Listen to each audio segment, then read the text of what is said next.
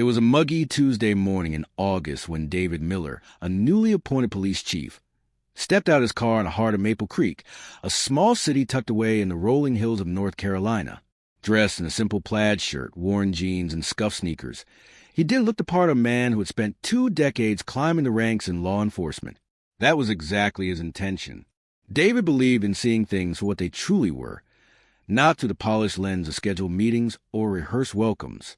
As a black man stepping into a leadership role in a precinct plagued by whispers of misconduct, he wanted to observe the department unfiltered. What better way to do that than to blend in? The precinct's parking lot buzzed with officers coming and going. David scanned the area, noting the casual banter and occasional glances his way. No one seemed to recognize him, which was unsurprising. His appointment had been announced just days ago, and he had chosen not to publicize his arrival until the official inspection later that morning. He adjusted the brim of his baseball cap and took a deep breath.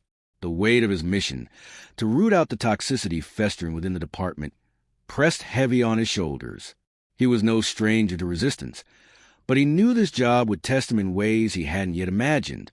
As he approached the building, the faint sound of laughter carried through the air. David stepped through the precinct's side entrance, unnoticed among the hum of casual chatter and ringing phones. The tiled floors glistened under harsh fluorescent lights, and the smell of stale coffee hung in the air. He walked slowly, observing the dynamics around him. Groups of officers huddled near desks, some swapping stories, others reviewing paperwork. No one paid him much attention until he paused near the break room. "Hey, you!" A sharp voice cut through the noise. David turned to see a white officer striding toward him, a smug grin plastered on his face. His badge read Officer Thompson. Behind him, a few others leaned against the wall, watching with interest. David opened his mouth to speak, but Thompson didn't give him the chance. "Lost, are we?" "This isn't a shelter," the officer said, his tone dripping with condescension. "You need to take that mess somewhere else." David froze, the words landing like a punch. He wasn't sure whether to correct the man immediately or let the scene unfold further. Before he could decide, Thompson stepped closer, his voice rising for the benefit of his audience. "Didn't you hear me? Get out of here. We don't need people like you hanging around." Laughter erupted from the onlookers, and David clenched his jaw, his heart pounding. He tried to speak, but Thompson leaned in, his face inches away. Then, without warning, the officer spit straight into David's face. Time seemed to stop. David's breath hitched as the warm saliva dripped down his cheek. Around him, the laughter grew louder. One officer slapped the table, doubling over in amusement, while another muttered something about showing the riffraff their place. David's mind raced. He could feel his pulse pounding in his ears, but he kept a composure. He reached into his pocket, pulling out a handkerchief to wipe his face, his movements slow and deliberate. "Is this how you treat everyone who walks through these doors?" he asked, his voice calm but firm. Thompson smirked. "Only the ones who don't belong here."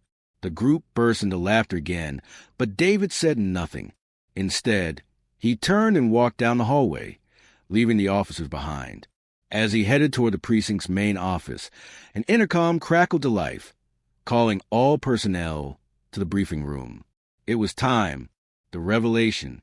The briefing room was abuzz with chatter as officers filed in, some carrying coffee mugs, others laughing over inside jokes. David entered through a side door, now holding a folder that bore the precinct's official seal. He stood just out of view, watching the room fill with familiar faces, some still chuckling from the earlier incident. At the front of the room, Captain Edwards, a stout man with a graying mustache, called for order. "All right, settle down, everyone. We got an important introduction today." The officers quieted, their curiosity piqued. Thompson leaned against the wall, his arms crossed, a smug expression still plastered on his face. The man was clearly enjoying his morning. Captain Edwards cleared his throat. "As most of you know, Chief Caldwell retired last month. We've been waiting for his replacement, and I'm pleased to introduce our new leader, a man with an impressive record and a vision for this department." David stepped forward, his footsteps measured. The room froze as he walked the podium, his presence commanding attention. He placed a folder on the lectern and slowly scanned the room, His calm demeanor only heightened the tension. Thompson's smirk faltered. The color drained from his face as recognition dawned. The other officers exchanged uneasy glances, some whispering, others staring at David with wide eyes. "Good morning," David began, his voice steady. "My name is David Miller. As of today, I'm your new chief of police." The silence was deafening. Thompson's face turned a deep shade of red, his bravado evaporating. David's gaze landed on him, holding for a moment longer than necessary before sweeping across the rest of the room. "When I arrived this morning," David continued, "I came in plain clothes because I wanted to see the department through an unfiltered lens. What I witnessed was eye-opening." A murmur rippled through the crowd, but David raised a hand to silence it. "In my brief time here, I've already seen behaviors that are not just unprofessional, but downright unacceptable. Let me make one thing clear. The culture that has been allowed to fester here ends today." The room remained eerily quiet, the weight of his words sinking in. Thompson shifted uncomfortably, his eyes darting to the floor. David took a step closer to the edge of the podium, his tone sharp but controlled. "Respect is not optional. It's a foundation of what we do as law enforcement. Without it, we fail not just each other, but the community we serve." He let the silence hang for a moment, watching the officers squirm under his gaze. "This morning, some of you laughed at what you thought was just another powerless man being put in his place. But let me remind you, everyone who walks through those doors deserves respect, whether they're wearing a badge or not." His words cut through the room like a blade. No one dared to move. David let the silence linger, his gaze unwavering. The tension in the room was palpable, each officer acutely aware of the weight of his words. Thompson shifted again, his discomfort evident as beads of sweat formed on his brow. But David wasn't done. "I understand that change is difficult," he said, his voice steady but laced with authority. "But let me be clear. There will be no tolerance of behavior that disrespects the dignity of any individual, whether they are a colleague, a civilian, or anyone else." He stepped down from the podium, walking slowly toward the officers. His presence was commanding, yet his tone carried a controlled intensity. "Officer Thompson," David said, stopping just a few feet away from a man. "Accountability and change." Thompson flinched, his bravado from earlier completely dissolved. "You," David continued, locking eyes with him, "represent everything that's broken in this department. When you spat in my face, it wasn't just me you disrespected. It was a badge, the oath, and the community we swore to protect." Thompson stammered, "Chief, I didn't know." "That's exactly the problem," David interrupted, his voice sharp. "You didn't care to know. You didn't take a moment to think before you acted, because you assumed that man standing in front of you didn't matter. And that assumption is why this department has lost the trust of the people it serves." The room remained silent, every officer frozen in place. David turned his attention to the rest of the group. "What I witnessed wasn't just one man's mistake. It was a culture where bullying and prejudice are not only tolerated, but celebrated.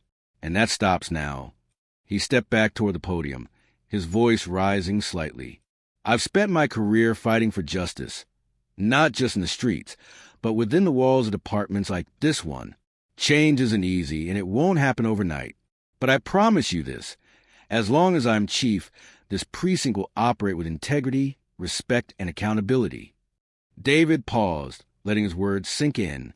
Then, with a slight nod toward Captain Edwards, he concluded, "Effective immediately, Officer Thompson is suspended pending an internal investigation. And for those of you who think this is just a slap on the wrist, think again. This is the first of many changes." Gasps rippled through the room. Thompson's face turned crimson, his jaw tightening as he avoided the stares of his peers. Unfazed, David stood tall. "This isn't about punishment," he said firmly. "It's about setting a standard. If you're not willing to rise to it, this isn't the place for you." He glanced around the room one last time, his eyes locking with each officer's. "If you're ready to do better, to be better, then we'll move forward together. But know this, I will hold you accountable every step of the way." The meeting ended with a heavy silence, officers shuffling out of the room without their usual chatter. David remained at the podium for a moment, watching as Thompson stormed out, his face a mix of embarrassment and anger. The other officers avoided eye contact, their expressions ranging from guilt to quiet contemplation. Back in his office, David sat down at his desk, exhaling deeply. He knew this was just the beginning. Years of entrenched attitudes wouldn't change overnight, and for some, they might never change at all. But he hadn't come to Maple Creek to make friends. He came to make a difference. A new era begins. The phone on his desk rang. It was Captain Edwards. "Chief, I wanted to say, you handled that better than most would have," Edwards said, his voice tentative. "Thanks, Captain," David replied. "But the real work starts now. I need a full review of Thompson's history on my desk by tomorrow. Complaints, incident reports, everything." "You've got it," Edwards said before hesitating. "And, Chief, I think you shook a few of them today in a good way." David hung up, allowing himself a brief moment of satisfaction before diving into the mountain of paperwork in front of him. Over the next few weeks, the precinct was a different place. Officers who once laughed at Thompson's antics now avoided him altogether, whispers of his suspension spreading through the department. David made it a point to walk the halls regularly, greeting everyone he passed, his presence a constant reminder of his leadership. Some officers took the change to heart. Officer Sanchez, a younger recruit, approached David one day, admitting that she'd been complicit in the toxic culture out of fear of retaliation. "I want to do better, Chief," she said earnestly. "That's all I ask," David replied, his voice kind but firm. "It starts with you." But not everyone was willing to change. Thompson filed an appeal against the suspension, claiming unfair treatment. David held his ground, standing firm in his belief that accountability wasn't optional. The department's review uncovered a string of previous complaints against Thompson, ranging from excessive force to inappropriate comments. His appeal was denied, and David made it clear that the days of brushing misconduct under the rug were over. Despite the progress, David knew the road ahead would be long. Conversations about implicit bias in community relations were met with mixed reactions, but he remained undeterred. Each small victory, a recruit speaking up, an officer rethinking their approach, was a step toward something greater. One morning, David attended a community event where he met a young boy who shyly approached him. "Are you really the chief?" the boy asked, his eyes wide with wonder. "I am," David said with a smile. "My dad says the police don't care about us," the boy said, his voice barely above a whisper. David crouched down to meet his gaze. "I can't change the past, but I promise we're working to do better," he said gently. "And if you ever need help, you come find me, okay?" The boy nodded, a small smile breaking across his face. It was moments like this that reminded David why he had taken the job in the first place. By the end of his first year, the precinct was far from perfect, but it was undeniably different. Officers who couldn't adapt were gone, replaced by recruits who shared David's vision for a fair and respectful department. The community, once skeptical, began to see signs of change, a renewed effort to build trust and bridge divides. David stood in the precinct's main hallway one evening, watching as officers filed out after their shifts. The laughter and camaraderie felt different now, not at someone's expense, but genuine and inclusive. He knew there would always be challenges ahead, but for the first time, he felt hopeful. Change was never easy, but it was worth every fight.